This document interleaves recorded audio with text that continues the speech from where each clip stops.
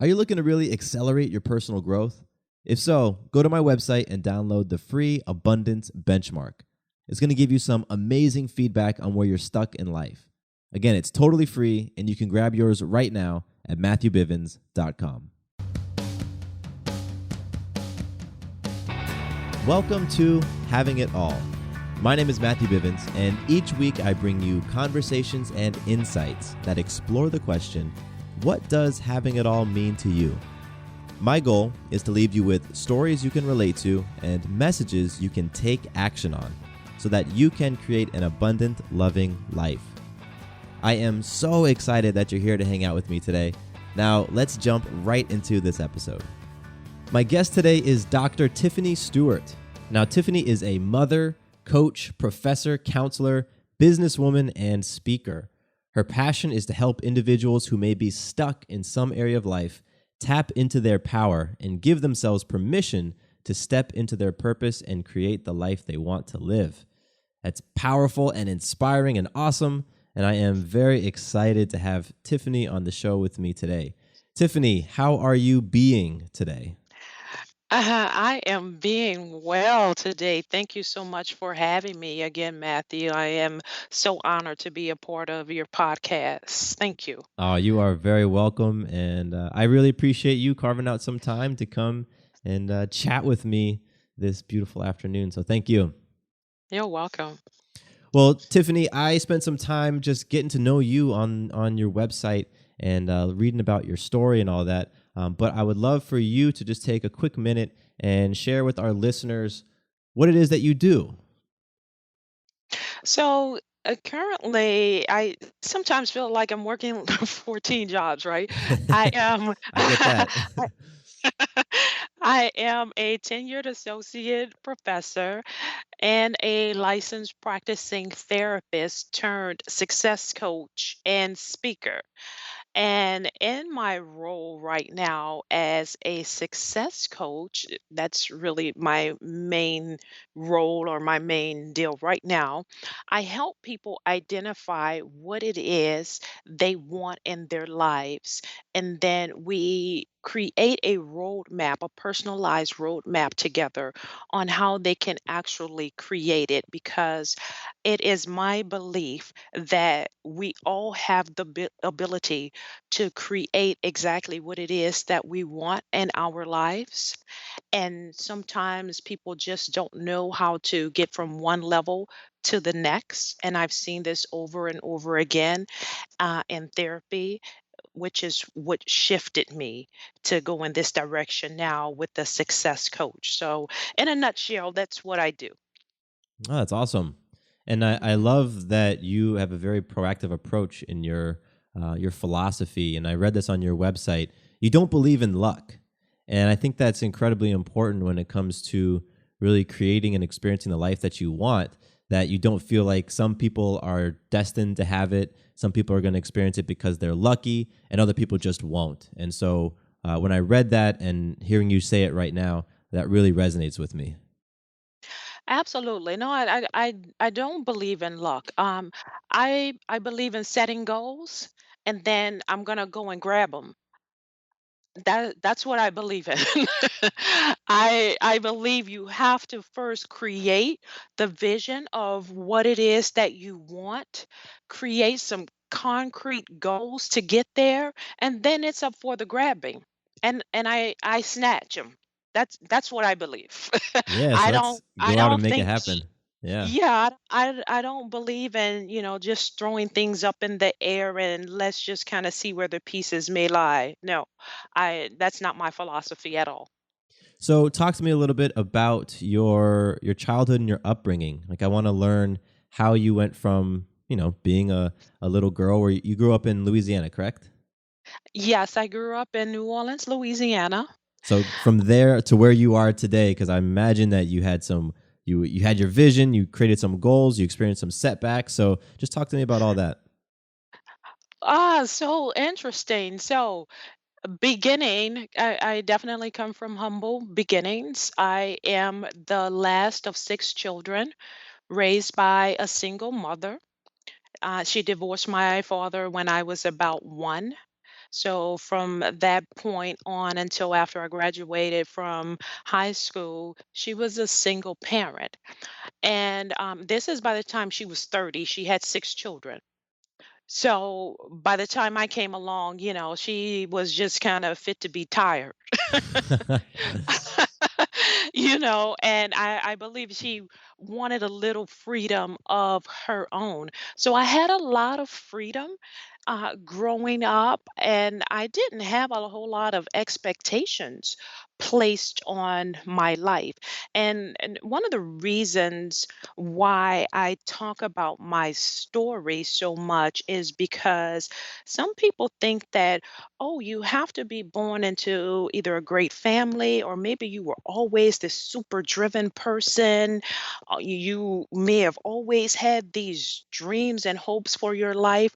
But my reality was I had no dreams for my life. I had no expectations for my life.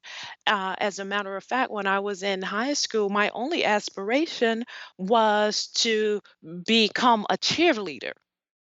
And it wasn't because I knew how to cheer or jump or flip, because I didn't know how to do any of those things very well.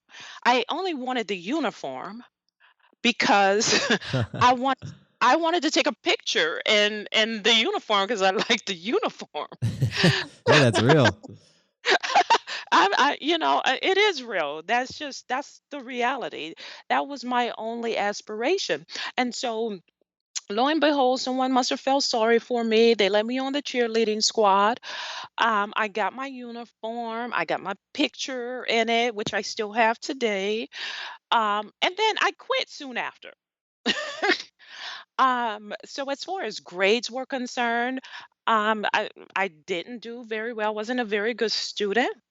And after high school, I actually set out for about a year and a half after high school to quote unquote find myself, because I didn't think college was for me.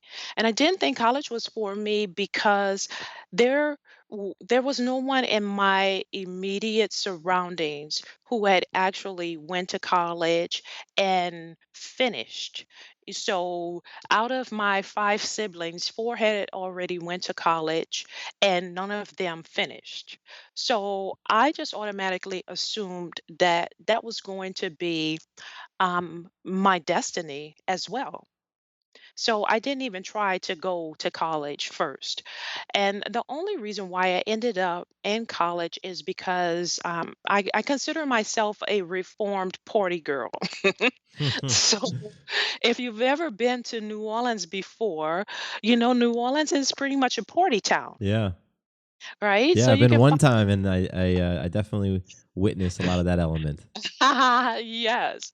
So you literally can go out in New Orleans every single night, which is what we did. Well, we went out 5 nights a week, me and my best friend at the time. We went out 5 nights a week. We needed 2 nights to rest, right? And and people started asking me after I graduated from high school, what are you doing with yourself now? What are you doing with yourself? And I really didn't have a response. And I couldn't say, oh, I party every night. And I didn't really like the way that people responded to me when I said nothing. And so I came up with this bright idea. And, I talked to my friend and I was like, hey, I got a good idea. Let's go to college. And she was like, No. And I was like, no, no, this is going to be really, really great. Like, we don't even have to do well. At least we can tell people that we are in college. So that was my whole plan. I didn't plan on graduating at all. And she just was not having any part of it. But I went ahead and enrolled in college. And I had absolutely no intention again on graduating. And my second year of of college, I got into my first psychology course, and there was a professor, the professor of the class. Her name was Dr. Leary, and she walked into the class and she told everybody in the class that we were all capable of getting college degrees. Hmm. And she said, better yet, this is going to be the hardest part for you. If you can get through your undergraduate degree, getting a master's degree and a PhD even is going to be a piece of cake. You just have to get through this part and you can do it. And I was like, oh, wow. And then she went on to say how when she was a high school student that her transcripts looked like the alphabets. And I was like, wow, that's me. Yeah, so she was like sound like she was you a few years Right. before, and she had then Right. She gotten was to a different me. level. Yeah. She was me. And it wasn't because it wasn't that I had grades because I wasn't capable, or bad grades because I wasn't capable of getting better grades. It's just that no one had ever expected it from me. So I didn't place any expectations on myself either. And I just didn't Mm. try. And so this was the first time that I had ever had someone to tell me that this was a real possibility for me. What I like about your story up to this point is that you didn't necessarily have the beliefs of a person who would go on to, achieve the things that you've achieved and reach those heights. You weren't Mhm. born into the environment where you had the Right. conversation around you or any of those things, yet you were still able to do it. And what I love about your professor, her name was Leary. That's what you said. Leary. Yes, Dr. Leary. What she did is she held the space for you to step Right. into that greater version of yourself. And I think that's something that I truly connect with, because there's absolutely times when I don't feel like I had the upbringing that provided me with that springboard to get to the place where I truly want to go, or I don't feel Right. like I was born into the environment that, kind of like the pressure cooker that turned me from a piece of coal into a diamond, that now I can go and just conquer the world. But Right. you don't need those things all the time. You You had the person who held the space, and that was powerful. right. And sometimes all you need is that one person Yeah. to give you that hope. Just that one person. And she was it for me. And so that started me on my academic journey in college. And I actually ended up becoming an honor roll student in college from that point. And then fast forward, I went on to obtain my master's degree and then later my PhD. Um, but there was always this part of me going through this that had this feeling that I'm am I really supposed to be here? Do I Mm. really belong here? Like the imposter syndrome. Yeah, yeah, I was just thinking of that when you said, "Do I belong here?" That imposter R- syndrome. Right. And so that was something that just kind of it stayed with me. It stayed with me. And so fast forward a little bit, I ended up getting into academia, which is it's really odd because it wasn't in my plan to become a professor. And then getting into academia is a whole other animal in and of itself. And I what I mean by that is academia is really it fosters an environment of telling you how good you are not. Mm. Um, because academia is synonymous with elitism. And so if you are not what they consider to be an elitist, then you're not good enough. And like they make you jump through some hoops, to get through that. And so What did that do for your having self-image? oh, it was agonizing. It was agonizing because you know what? I started drinking the tea. I started sipping on the tea, drinking on the tea. I started believing it. Believing I that you I weren't enough, or that you weren't. Yeah. yes. Yes, I started believing, that maybe I'm not good enough to be here. Maybe I chose the wrong path. Maybe this is not for me.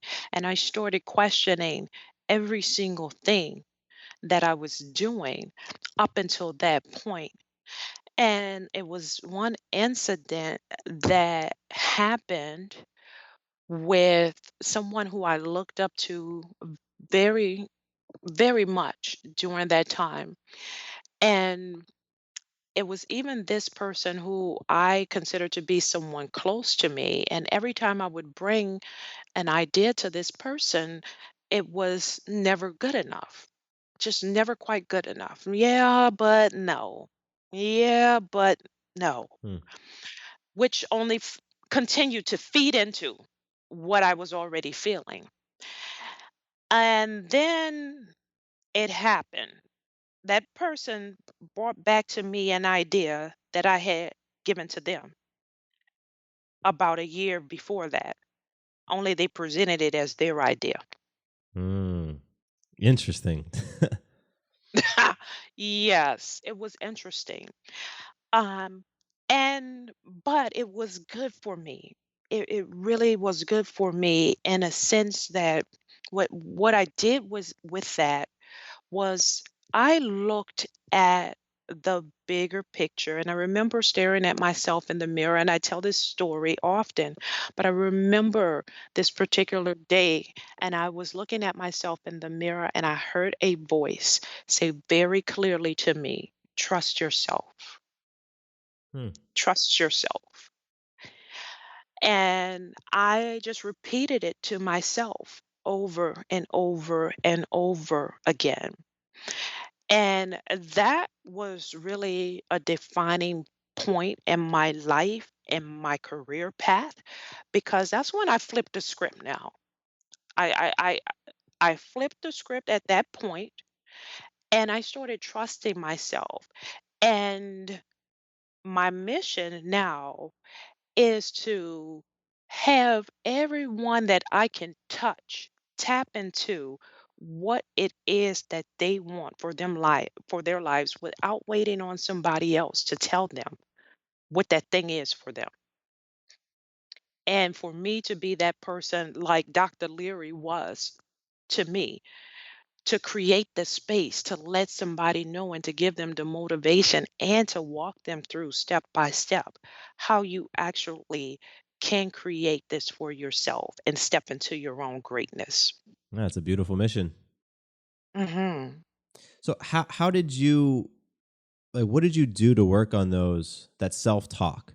When you started to drink that Kool-Aid from the folks in academia, when you started to Mhm. believe the things that they were saying, when you started to believe that you weren't enough, how did you shift that? Because I know like that resonates with me, and there's folks who are listening who Mhm. you start to get that momentum, you start to feel your mojo, and then something hits, that imposter syndrome sets in, and you then begin to question everything you're made of, question your decisions, question Mm. whether you have the what it takes to actually do whatever it is that you set out to do.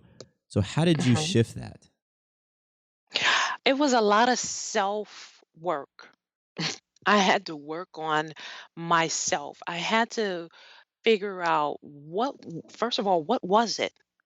What was it that was coming up for me that made me believe that I wasn't good enough?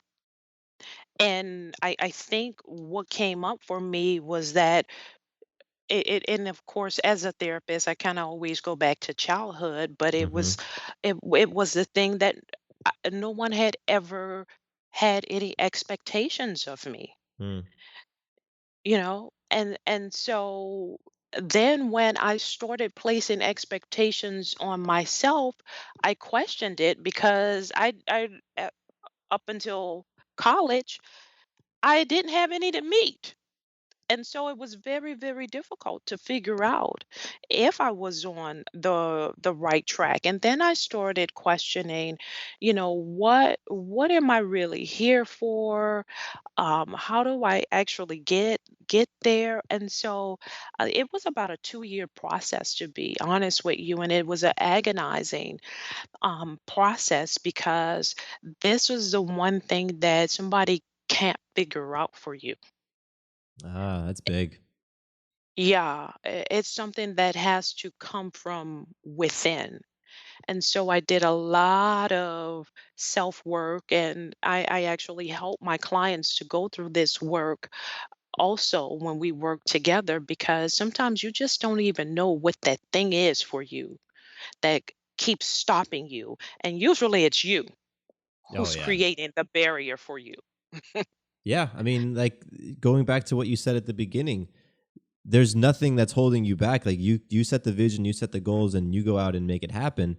And if that's the belief that you have, and that's all that you need to quote unquote succeed, then the things that are stopping you are truly you. You know, those Right, those limiting beliefs, those fears, all those things. So with right. you once you got clear on what was coming up for you, it was that you didn't have any expectations set as a kid and you didn't know how to do that as an adult. What did you do Hmm. next? You know, this like I want to basically I want the person who's listening to this to have Hmm. some sort of process or to hear how you were able to move through those limiting beliefs so that they can potentially take something from your story and apply it to their life. So during those 2 years, I went on what I call a journey, my journey.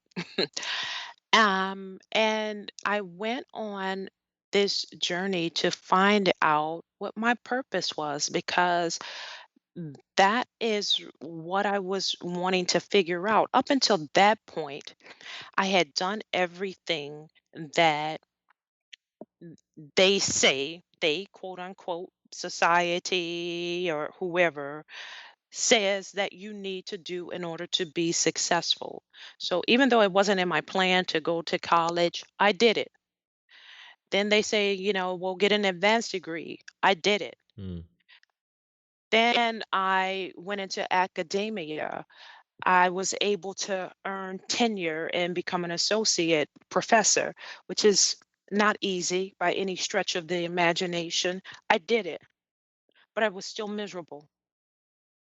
I was still miserable. And so, for some people on the outside looking in, it looks to be a little selfish that you have all of these things, you have acquired all of these things, and you have all of these accomplishments and accolades. And then for you to say that you're miserable, can sometimes seem like you are ungrateful. Yeah. And it wasn't that I was ungrateful at all. Was looking for the bigger picture for my life at that point. And Absolutely. Absolutely. Like that's one of the narratives that I when I started this show, was one of the things that I was very interested in shining some light on, this idea that from the outside, people can look like they have it all. You know, Mhm. they have the tenureship and the salary and the corner office and the house and the spouse and all of that stuff, but you can still feel so empty and Right, lost and without purpose despite having all those things, because that's really all they are, they're just things.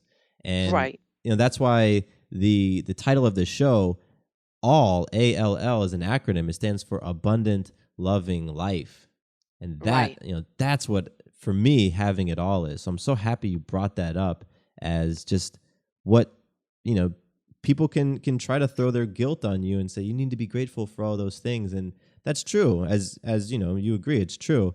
But if Mhm. you don't have that higher purpose, then you can Right. you can have all the things and it won't matter.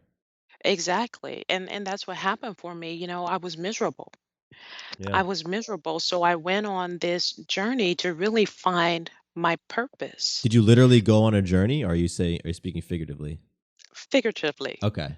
Because But my in my a in guest I my talked about it earlier, he actually went on a journey. So you're talking about a oh, figurative journey. Okay. yes, yes, Got it. figuratively. in my mind, but it was exhausting. Yeah. Like I was out hiking, marching every day or something. That self-work is no joke. And I'm happy that you added the detail that you were doing this stuff for a number of years. And that Yes. was to just turn the ship around. And Yes. it's one of those things where there really is not an endpoint. It is not an endpoint. It's not a destination. It's a Yeah, journey. it It's a is. journey. It's not a destination because it will shift. It It will does. shift. But here's what I can say. Y- During my journey, um, what I found out was like when I went on my journey to find out the what my purpose was, now it became about more than just me, right? It became about who can my story serve? Who can this help? Who can I help? What am I supposed to be doing? What does that look like? And so, from all of my experiences, good, bad, or indifferent, I believe that they were there to bring me right to the point that I am right now. And so it Mm. reminds me of the book. Are you familiar with The Alchemist? I am familiar with it. I have not read it, but I have definitely heard of it. But Okay, okay. So, and as a professor, I actually have been assigning this book to my class for years when we study existential theory. But basically, it's about the meaning of life, right? And so, in the book, this boy goes on a physical journey all over trying to find the meaning of his life. And along the way, he met so many different people and had so many different experiences.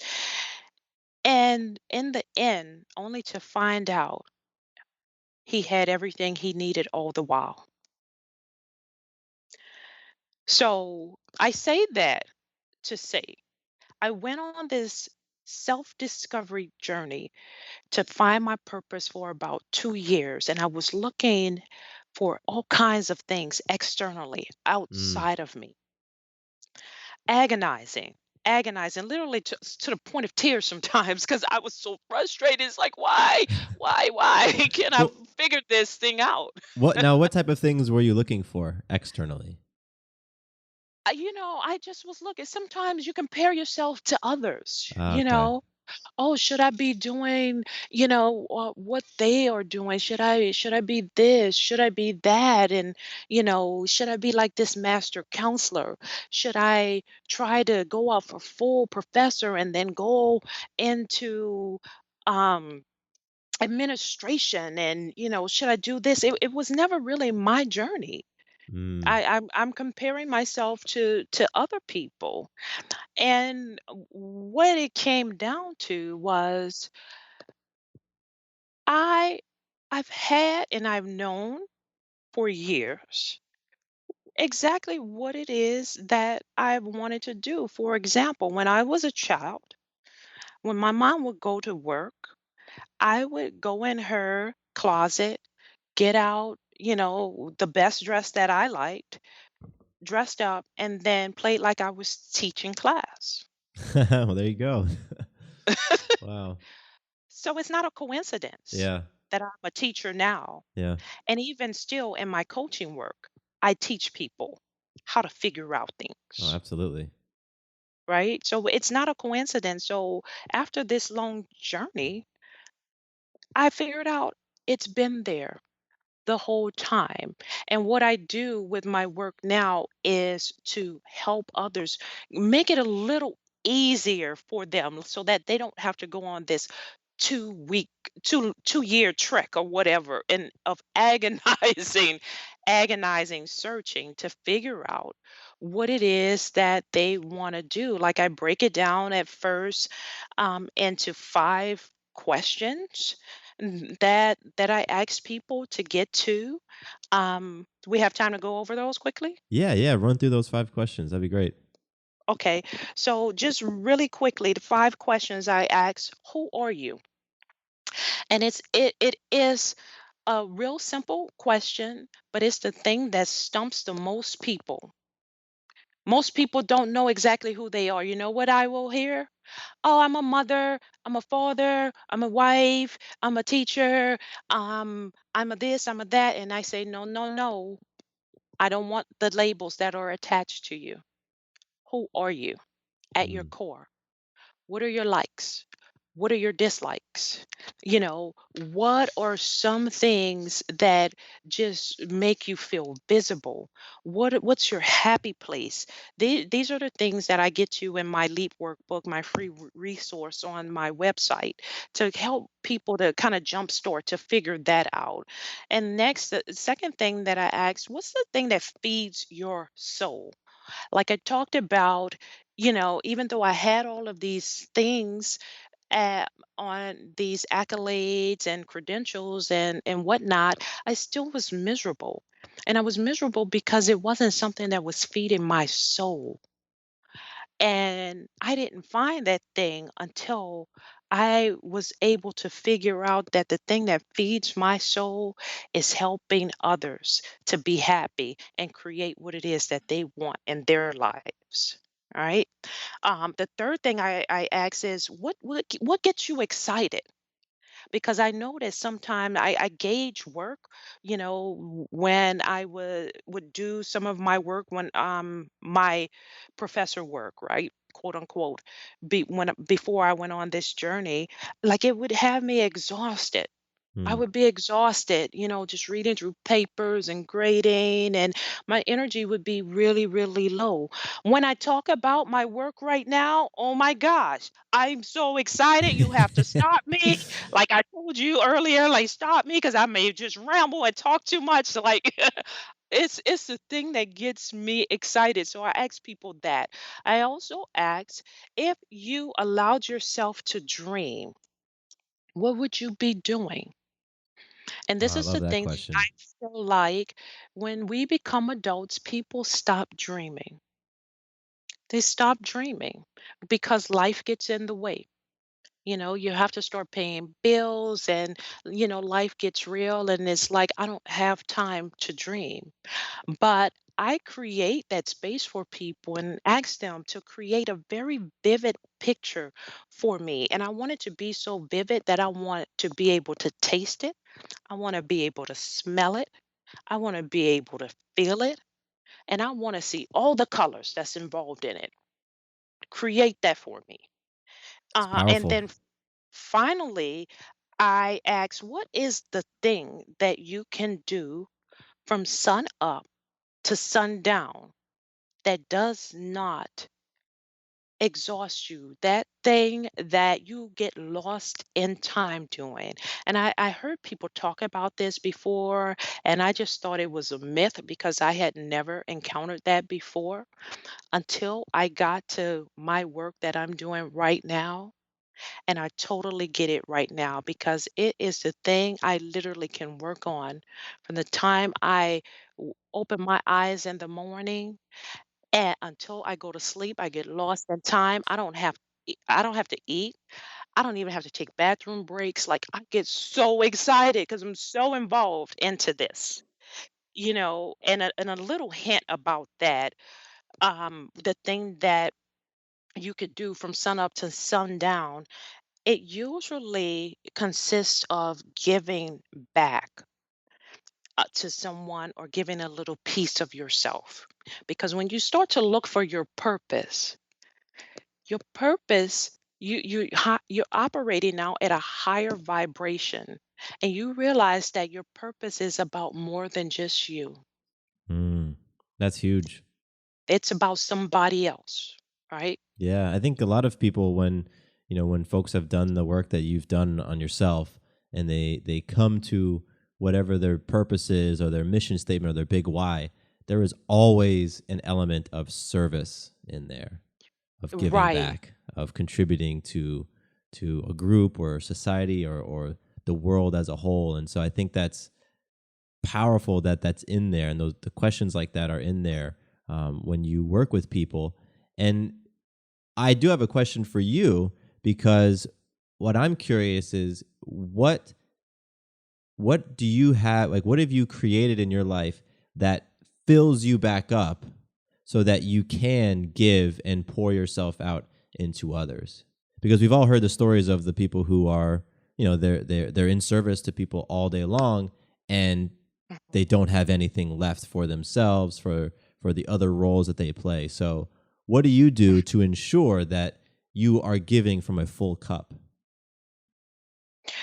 You know, I take care of myself. And because I am a therapist and a professor of counseling, I teach this to my students all the time. So I know of the importance of taking care of yourself, whether it's physically, mentally, or emotionally. I'm on top of it all the time, or else I'm like the Tasmanian devil around here, okay? I get it. Yeah, You will not want to be around me. And so I am so fierce about taking care of myself and listening to my body for what I need in my life. Because you're right that, especially if you're in a profession where you are constantly giving to somebody, helping somebody else out, yeah, you're taking a little bit away from yourself each and every time. A little bit goes out, a little bit goes out. And you have to find a way to replenish that and within yourself. And so, absolutely, you absolutely. know, right. For me, that looks like I need to work out to have the necessary energy, in order to keep going at the rate that I'm going. So I make sure that I plan that in my schedule weekly to work out at least 3 to 4 times a week and eat proper nutrition more often than I'm not. Right? When I'm feeling mentally out of balance, I talk to someone. It could either be my boyfriend, one of my friends, or it's even been times when I've seen my own therapist. I stay on top of that regularly. When I feel like I'm out of whack emotionally, I do something that makes me feel good just for no reason at all. I may revert back to my old wild child ways within reason, of course, now. Um, but the point is, I stay on top of my self care so that I can consistently come back to myself over and over and over again and give myself what I need. Yeah, I'm so happy that you gave those specific examples, and that you talk about giving yourself permission to do those things, because I think a lot of times, again, from the outside, we can look at different people, and look, like I could look at you and say, "Wow, she's got everything. She gives all this, and she must just get refilled just simply through her job, through her profession." And I think No sometimes way. I think that's sometimes, like, that's the belief that, well, what we do just refills us. But what we're not seeing is the intentional self care that happens constantly behind the scenes to make sure that our cups are full so that we can then give them out to other people. And I'm a big fan of Tony Robbins, and I was watching his Netflix documentary recently, and Hmm. he's on stage for 12 hours a day, I think for like 6 days, doing this Hmm. conference. And those folks are seeing Tony on, like, turned on Hmm. and turned up, high energy, 12 hours a day for 6 days. But what they're not seeing is like the hour plus time for self-care that he takes in the morning, of meditation and cold Right. swims and breathing exercises, like Absolutely. all those very intentional things that are part of our habits. They're habits that he's created. And so I'm happy that you talked about it. And Absolutely. It's vital. it It's is, vital. it is, it is. Mhm. And so I want to switch gears real quick, because some folks might be looking at you like, wow, Tiffany's got everything. She's figured out all the self-care to make sure that she can give and still be filled up. She's got the career, and she's got these degrees and all this stuff. But I understand that everybody is experiencing some form of what I call an epic challenge. And so I want to talk Mhm. about that right now. And An epic challenge for you and the new listeners is simply an area of your life where you are feeling stuck. You're feeling stuck in your understanding or stuck in your ability to create something new, a new experience for yourself. And it can be in any area of life: sex, religion, finance, family, relationships. Nothing is off the table. And, it's epic, it's something big. And so, Tiffany, what I want to know now is, what is your current epic challenge? So interesting enough, Matthew, I like this question. Great. I like this question because again, I'm a therapist, right? And I see this very, very often as one of the biggest obstacles for most people. And what that is your language and your mindset. And it's also, of course, one of the things that I help people to do is to get quote unquote unstuck. And so, what I mean by that is when there is something, when you are looking at it as being, oh, it's this epic thing, it sometimes can create those barriers. Because I don't know about you, but for me, when something seems to be a bit too much, like a whole elephant, I can't digest it. Like, it stops me in my tracks. Yeah, no, And I've been so there.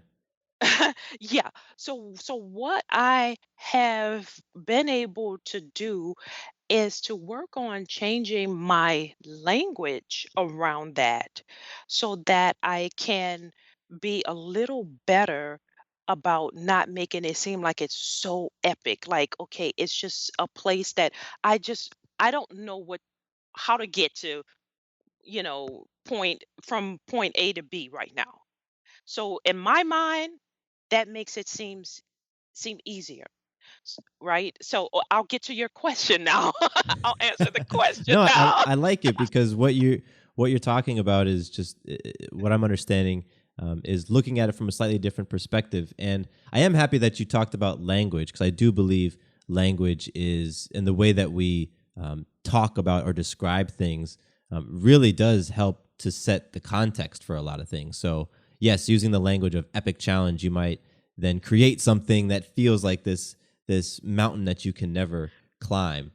Exactly. At least for me. Yeah, no, no, that's it's a great reminder for myself and for listeners to examine how we are looking at different things that were our circumstances. That's really what it Right. is. It's circumstances, and we can create these we can make them look or feel bigger than they are. However, Right. I also do believe that there are things that, whatever we want to call them, we don't have to call them epic challenges.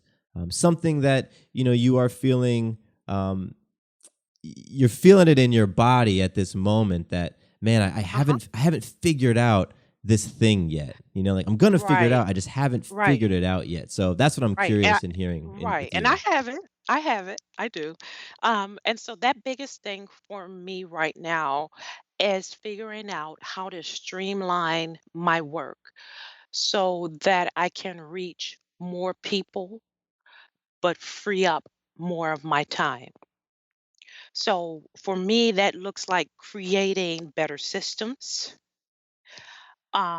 and being able to serve people not only in a one-on-one setting, but in group settings. And the reason why it is so huge for me right now is because it's something that I've never done before.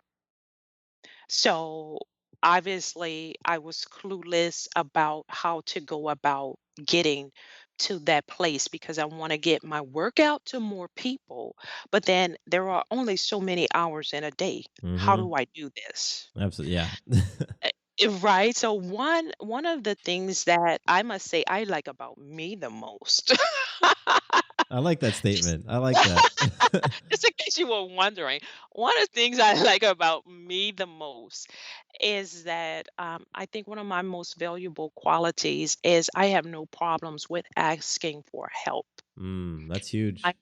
Yeah, I'm never too proud to go out and seek help in areas that I just don't know about. And so, for specifically for this right now that I'm talking about, I hired a coach. I went to someone who had already been there, done that, knows how to do it, and can teach me how to do it. And so, problem solved. I asked for help. Help is usually there It is. whenever you go to seek for it, right? It shows up. So, is it easy the process? Because I we are in the process right now of going through that. It's not an easy process, but is it doable? Absolutely. Heck yeah, I say. It's absolutely doable. What I like about your example was that the coach hired a coach. And I Oh, think that's a huge, huge thing for folks out there to just understand that, like, when people are at the top of their game, they're not doing it alone. absolutely. Everybody can benefit from coaching, mentorship, conversation, even with somebody who has been there or has experienced it or has gone through similar challenges and can help to lend some perspective or some feedback. And so I love the fact that you, as a coach, sought out coaching because, I mean, Michael Jordan had a coach, you know, Absolutely. greatest basketball player Absolutely. ever. He had a coach, and he probably had multiple Absolutely. coaches for different things in his life. So that's awesome. Ab- Absolutely. And I say to everybody, there is not one successful person on this earth who's been able to do it alone. So Whew. why would you? Yeah. Why would you try to do it? It makes no sense to me. That's that ego. I mean, I've been there, like people have heard that, like, you don't do anything alone. And sometimes I'll Yeah. say, like, even if you're just going to drive to the store, right? You didn't Mhm. build that car. You weren't the one Mhm. who brought that gas to the gas station that then was able to get it into your vehicle. You weren't the one who Right. drove that food there. So you don't do anything alone. However, there are times when, like, I'm sitting here in my office right now where I do my podcasting, and I might be in here doing some business stuff later on in the evening, feeling like I have to do it alone. And Mm. it's that ego that just creeps in there. So I'm happy you said that also, that you don't have to do things alone. And it's really, I think, the mark of humility and power, courage to ask for help and to understand that you don't have to do things alone. I think at times people can look at those two things as a sign of weakness. Right. But here's the thing that I say about that. In order for you to be a good leader, you have to first know how to be a good follower. Mm, They go hand in hand. yeah. Yeah. As simple as that. Hmm. I love that. Um, Yeah. Tiffany, I have a question for you. This is something that I ask every person who comes on this show, and it has to do with the name of the show. So, Tiffany, what does having it all mean to you? Having it all to me means having the work life balance through freedom and flexibility. This is the way that I want to live my life, and I want to live my life on my terms. And so to me, that means having the freedom to set my own schedule, be at home with my family every night to cook dinner and eat dinner with them and nurture those relationships, to work only with clients that I love working with, doing what I feel is my life's work, which is helping them create the life that they want, and also being good to myself. All of that looks like having it all to me. Mm, that's beautiful. Hmm. And I love that you have those details, that you're clear you're clear of how you would answer the question for yourself. And Absolutely. I'm not surprised because you had talked about through our conversation of just having the vision and setting the goal. So I'm not surprised that you were very clear on what that means. And Yes. oh, it's great. So as we come to a close here, I'd like for you to leave the listeners with one major takeaway, just something that they can walk away from your story and your experience that they can implement in their own lives? So, the one thing that I would say is you don't need to wait to get permission from anyone to start living your life on your terms. And one of my favorite sayings that I came up with, and I don't know, maybe I heard it somewhere, I don't know, but it's my favorite saying. You don't have to wait for someone to tag you in. This Mm, is your this is your life, and you're always up to bat. I like that. Always. Yeah. Boom. Succinct and Boom. powerful. With a quotable in there. I love that. Yes. So Tiffany, where can people go to connect with you, to learn more about you? You have this really awesome freebie on your website, the Leap Workbook. I downloaded and checked it out, and it's really great. Where can they go to get all those great things? Yeah, absolutely. So everybody can download that free resource on my website, www.tiffanystewartphd.com. And that's for everyone. And then also for those who may need a little more support, who may be a little more high achievers, there's a contact form on there, and it you can fill it out and it comes straight to my email and I can get back with you. So everything that you need to know, you can find out about me on my website. Again, www.tiffanystewartphd.com. I'm also on Instagram at Dr. Tiff PhD, on Facebook, Tiffany Stewart PhD. Um, and that's where you can find me. Awesome. Very cool. And I'm going to have links to all of that stuff in the show notes. And listeners, you could probably hear baby Maya crying in the background. That means that we're getting to the end of the episode. So, I don't care. oh, you didn't hear her? I think No. her and her mom just walked in and she's being a little fussy. That's a 4-week-old for you. Yes. So, Tiffany, final question I have to ask, and I'm very curious. Do you have it all? In this moment, I have it all.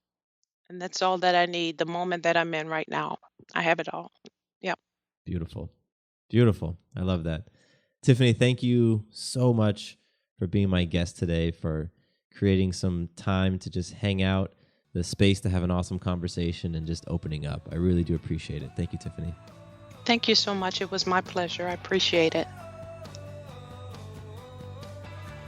2 quick things before you leave. First, did you know that the Having It All podcast is a part of the Fireside Network? Yep, we are one of the esteemed shows that calls Fireside Network home. That means if you ever want to listen to a show outside of iTunes or Stitcher or whatever your favorite podcasting app is, all you need to do is visit firesidenetwork.com and under shows, select Having It All. From there, you can access all the episodes, see the show notes, learn about my guests, and more. Second, I am very excited to announce that my brand new website is live. Visit MatthewBivens.com and you can learn more about me, get plugged into an accountability group, and pick up some free content like the Abundance Benchmark. I am all about helping you not only identify what your ideal life looks like, but also helping you on your journey towards it. I want you to experience more abundance and love in your life. So, again, you can find out more information about all of that great stuff at MatthewBivens.com. Thank you once more for listening to the show, and here is to you having it all.